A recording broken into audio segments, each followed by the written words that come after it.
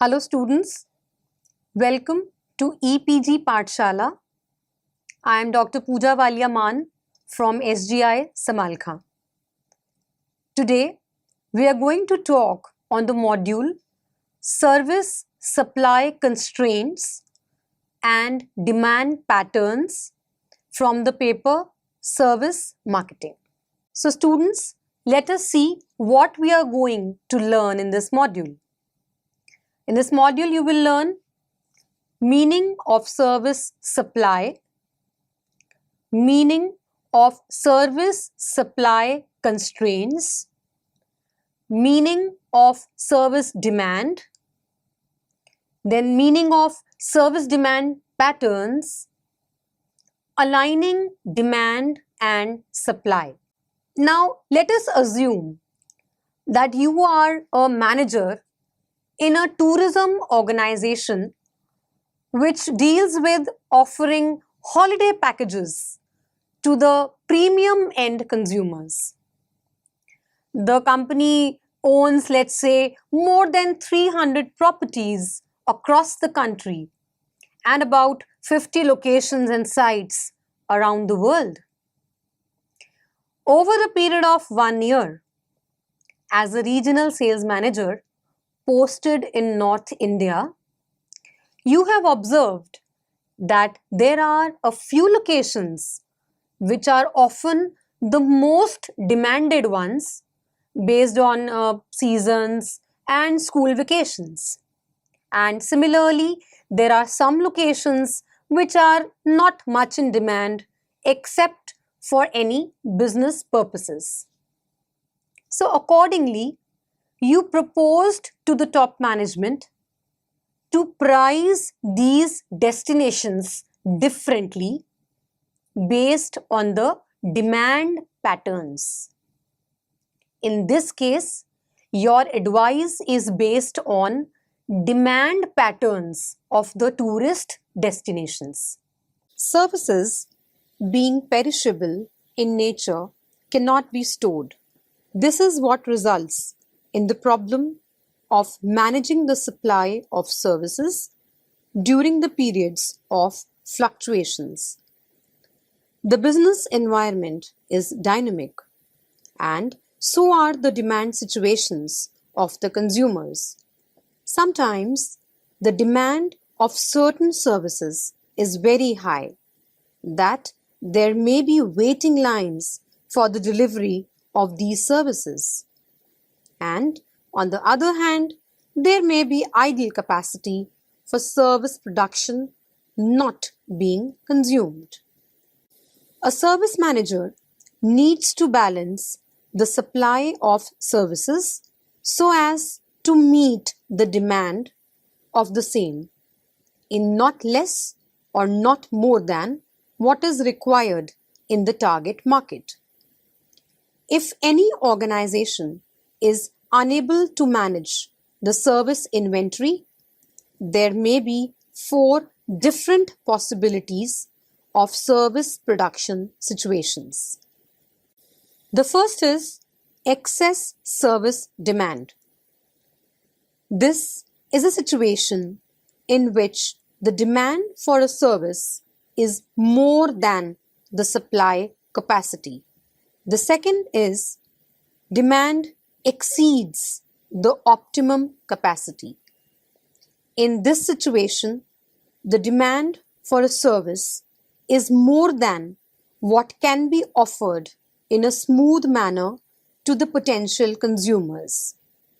No one is refused a service, but there may be mismanagement or chaos due to heavy rush. Demand and supply may be balanced as a third possibility. In this situation, the demand is balanced with the supply to the most ideal level. And the last possibility is the excess service capacity.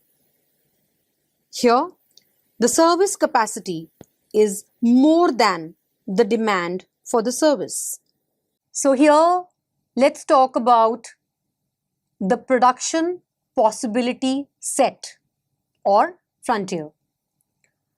Collection of all possible combinations of the goods and services that can be produced from a given amount of resources and a given stock of technological knowledge is called the production possibility set or frontier of the economy. These combinations can be graphically put in the form of a curve, and therefore it's known as production possibility curve or PPC.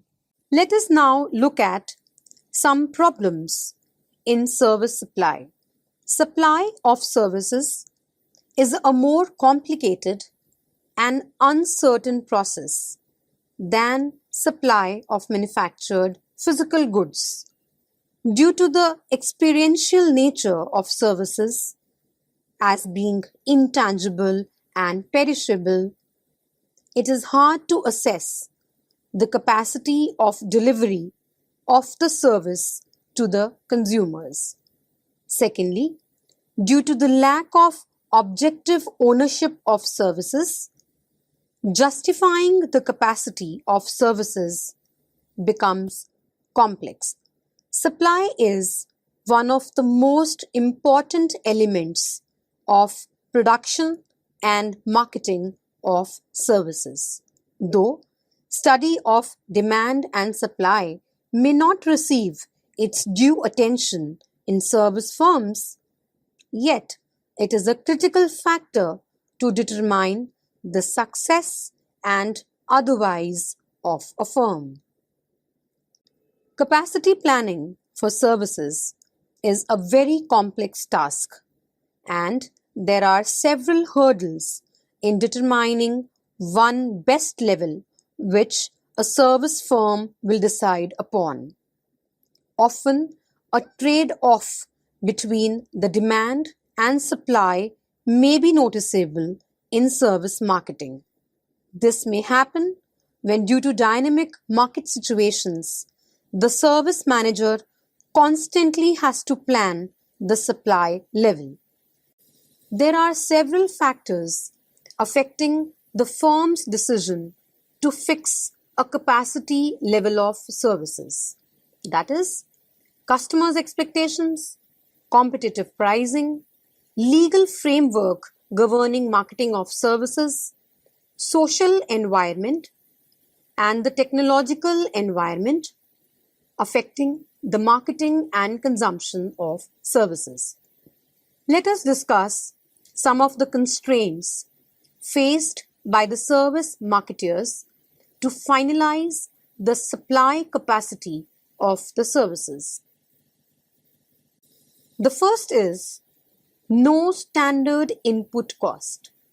While the product manufacturing may have standard input cost and a uniform level of finished goods quality, the services may be diverse in its own character as well as in its features than others. This diversity makes a standard supply of services difficult. For example, for various services, a hotel manager may be incurring different costs. The demand for different services would be different depending upon the demand from different segments of consumers based on income. Hence, the service manager may have a tough time in deciding how much arrangement for various services needs to be made. The second refers to services being perishable, cannot be stored to cater to demand fluctuations. Now, one of the most important factors affecting the pricing of services is the perishable nature of services. Since the demand fluctuations of services cannot be met by creating services inventory, it is very difficult for the marketer to fix a price to meet different demand levels. One might have come across low rate of the movie tickets during odd hours, like for early morning shows or during weekdays when less audience is expected. This may also be observed when various airlines charge a lower airfare during off seasons. This is the strategy made use of by the service providers to offset the perishable nature of the services. The third constraint could be that services being intangible makes cost calculation difficult. Now, this is another dimension that can complicate the demand pattern, and that is the high intangibility of the services.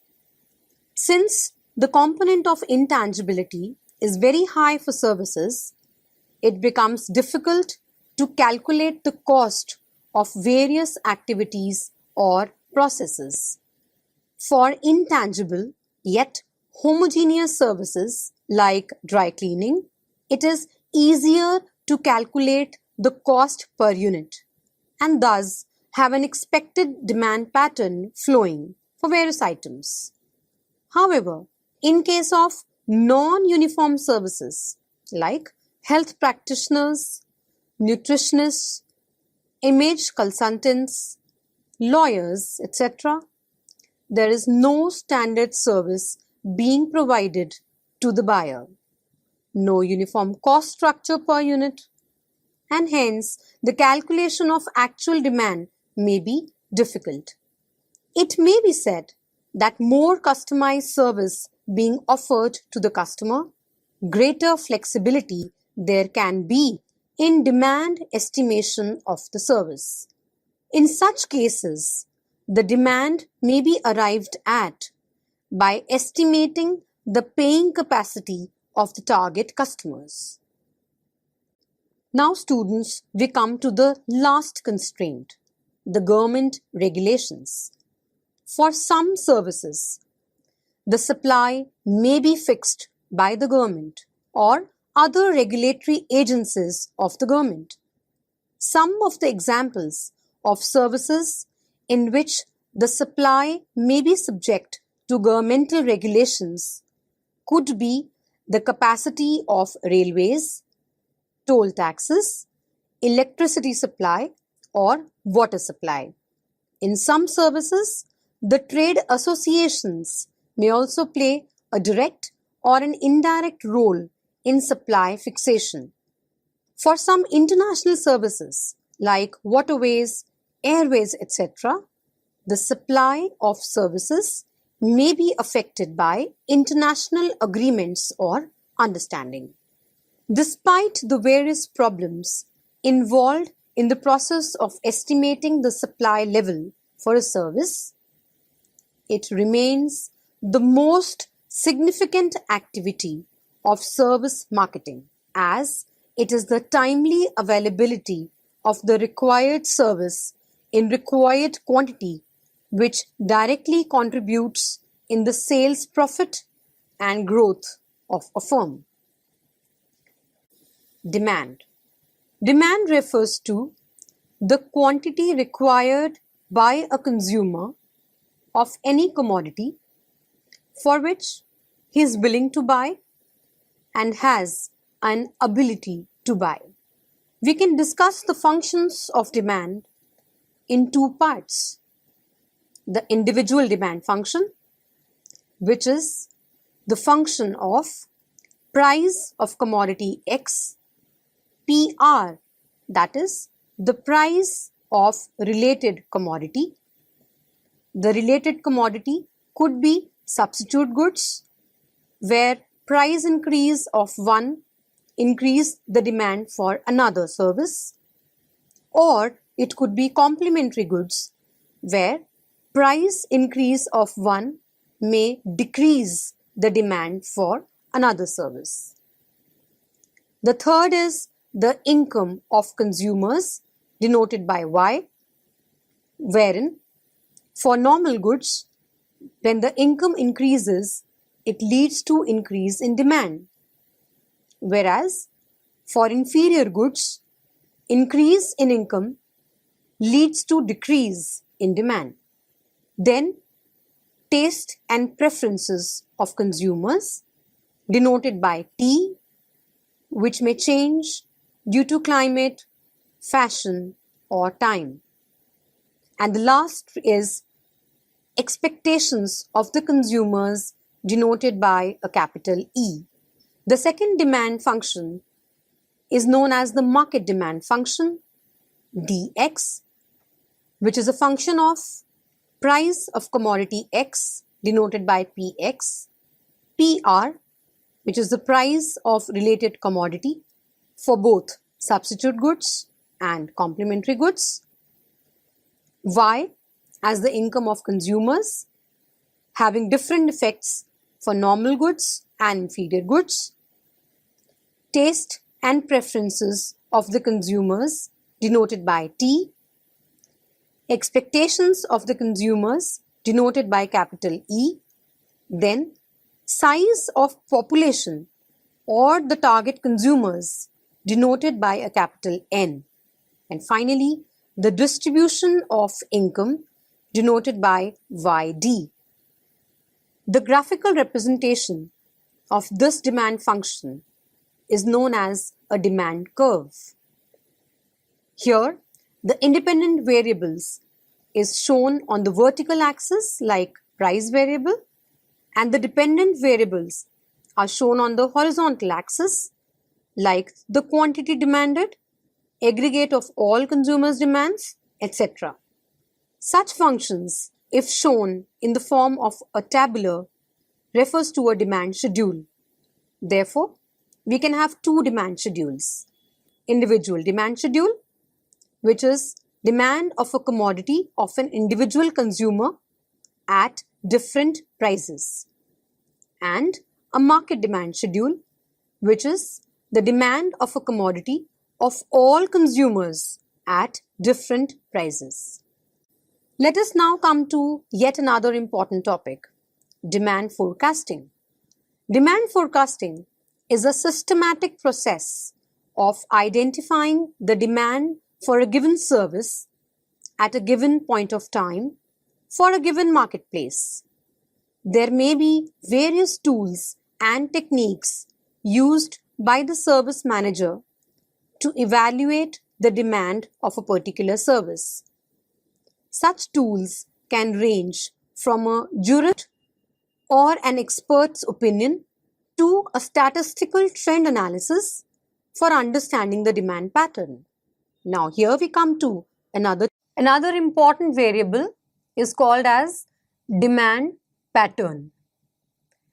The service output in various organizations can be worked out on the basis of demand curves, which may be charted out for a given period of time through statistical analysis.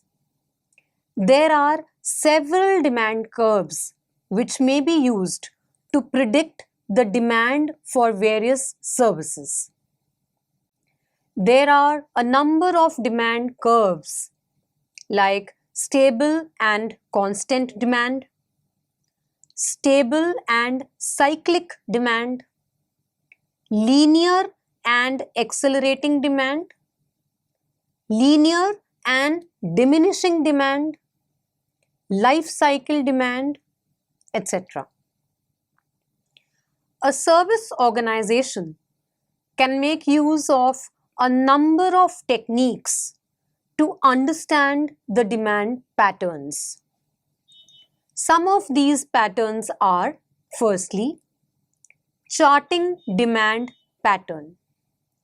This refers to a systematic process of understanding the demand of a service being witnessed over a period of time and then making a judgment about the future demand. For this evaluation of demand, often the organization making use of MIS are more accurately able to chart the demand pattern. The second pattern could be the predictable cycles. Often, the factors that affect demand can be categorized as predictable and unpredictable. The predictable factors can facilitate in charting a demand pattern for a service. Then comes the random demand fluctuations. In general, the demand patterns do not follow a very predictable pattern for services. There may be random fluctuations of demand which may not be easily identifiable. Then comes the market segments and demand patterns. One of the most simplified methods of charting out a demand pattern is the division of market into homogeneous market segments and the development of their segregated demands. This facilitates in accurately identifying demand patterns across the various segments. Can there be a matching done between demand and supply? A service organization needs to have a clear understanding of the supply constraints and the demand patterns to be able to match demand and supply for the service at a given period of time. There are two approaches to manage the balance between the demand and supply. The first is to smooth the demand fluctuations and accomplish a match between the demand and supply. The second is the ability of the service organization to adjust the service production to match the demand and fluctuations of demand of the market.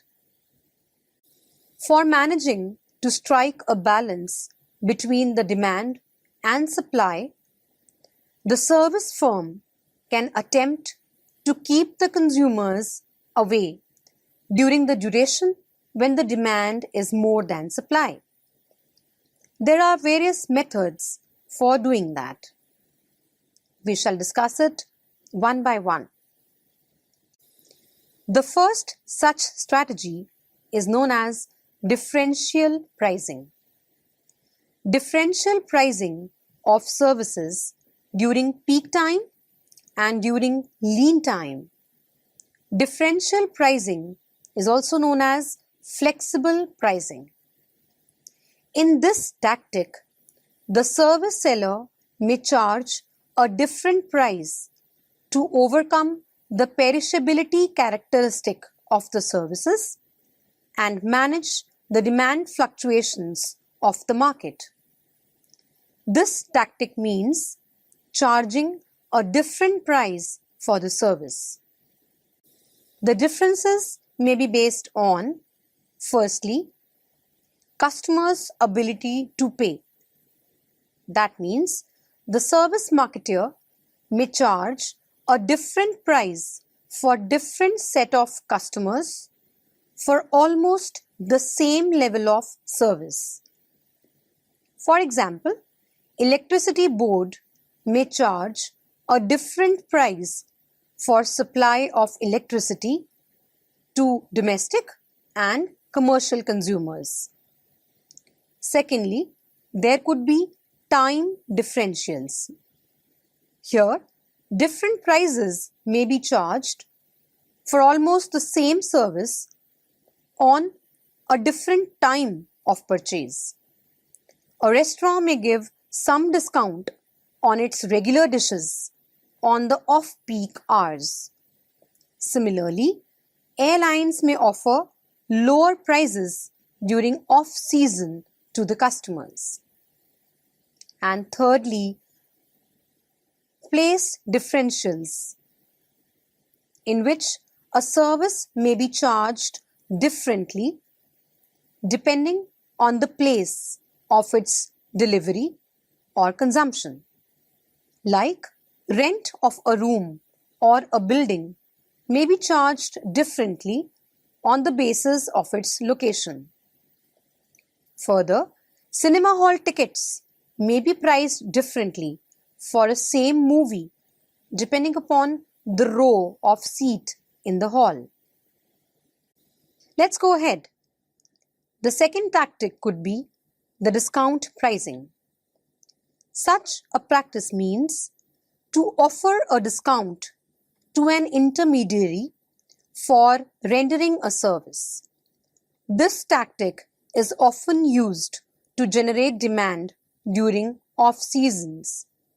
For example, a DJ player may charge a lesser price for playing in a marriage if contacted via a banquet hall owner, or an advertisement may be charged less if booked through an advertising agency. The third strategy could be varied service offering. Services being intangible, there is a lot of variation in the input and output, as also in the demands and expectations of the customers. Thus, there are several service support activities offered to the customer of a similar service. The cost of each of these activities may be added up to arrive at a final price of the service being offered. For instance, a DTH operator may charge a differential pricing from a subscriber buying a different set of satellite channels. The pricing of the DTH subscription depends upon the subscriber's choice of channels he wants to watch. Thus, the DTH operator charges different price for different channel combinations. Another approach for shifting demand and capacity is to communicate with the customers. It helps them know the times of peak demand so that they can choose to use the service at alternative times and avoid crowdings or delays. For example, sign-in banks and post offices let the customers know their busiest hours and the busiest days of the week, and it can serve as a warning. This allows the customers to shift their demand to another time if it is possible for them. Forewarning the customers about busy times and the possible waits can have added benefits. Many customer service phone lines provide a similar warning by informing the waiting customers of approximately how long it will be until they are served. Those who don't want to wait may choose to call back later when the lines are less busy. Research in a bank context found that customers who were forewarned about the bank's busiest hours were most satisfied, even when they had to wait, than were the customers who were not forewarned. In addition to signage communicating the peak demand times to the customers, advertising and other forms of promotion can emphasize different service benefits during peak and slow periods. Advertising and sales messages can also remind customers about peak demand times. Demand refers to the quantity being needed, backed with the ability and willingness to purchase by the potential customer for a given commodity at a given price at a given time. Supply is the capacity of the service marketer to make a service available to the service consumer at a given quantity, at a given price, and at a given rate. Services, due to its essential nature of perishability and intangibility, cannot be manufactured and stored. It is produced and consumed at the same time. This results in supply constraints at a number of times when the demand may exceed the supply or the supply may exceed the demand. So students, let us now summarize what we learned in this module. A service manager not only has to understand the demand patterns to assure of a smooth supply, but may also be required to make a few strategies to spread the demand during peak season and get more demand during the off seasons. One of the means available to a service manager is to adjust the supply capacity of the service organization to match with the demand. The purpose is to adjust, stretch, or align the production capacity of the service organization to be able to match the demand for that service during any given period of time. For the purpose of stretching the supply, the organization pools into all its available resources like personnel, equipment, infrastructure, etc. to bring out a higher productivity within the available support system. The resources may be put to use for longer hours or made to work hard to cater to the increased demand. The other means of aligning supply and demand is to adjust supply resources creatively or to add on some resources from outside the organization for temporary periods. This may include hiring some part-time or temporary staff or to outsource some process of the service to make its existing service personnel concentrate in delivering the core service by satisfying the needs and wants of the customers effectively. Thank you.